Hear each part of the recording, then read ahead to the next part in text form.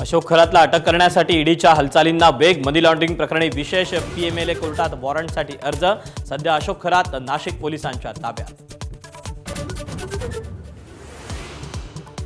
अशोक खरात प्रकरणात प्रतिभा चाकणकर आणि मुलगा तन्मय यांना ईडीचा समन. समता पतसंस्थेला 70 कोटी रुपयांच्या मनी लॉन्ड्रिंग प्रकरणी नोटीस.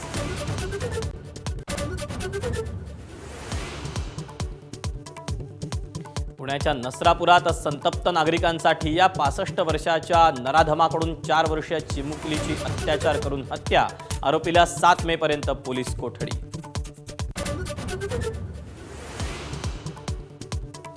नसरापूरची घटना अतिशय निंदनीय. खटला फास्ट्रॅक कोर्टात चालवणार. नराधमाला मृत्यूदंडाच्या शिक्षेची मागणी करणार.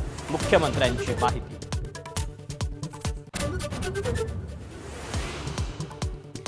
कनेक्टिंग लिंकद्वारे पुणे मुंबई मार्गिका अखेर खुली. दुपारी 12:40 मार्गिका खुली.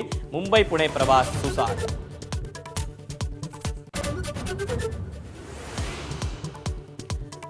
दोन 2029 मध्ये भाजप शिवसेना स्वबळावर लढू शकते. शिवसेनेचे नेते संजय शिरसाट यांचं मोठं वक्तव्य. तर सामना अग्रलेखातल्या दाव्याबाबत शिरसाट यांना विचारला होता प्रश्न.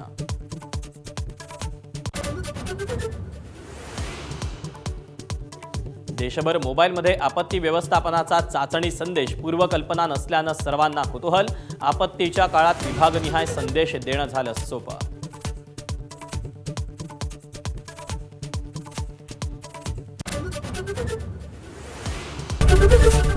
एबीपी माझा, उघडा डोळे बघा नीट.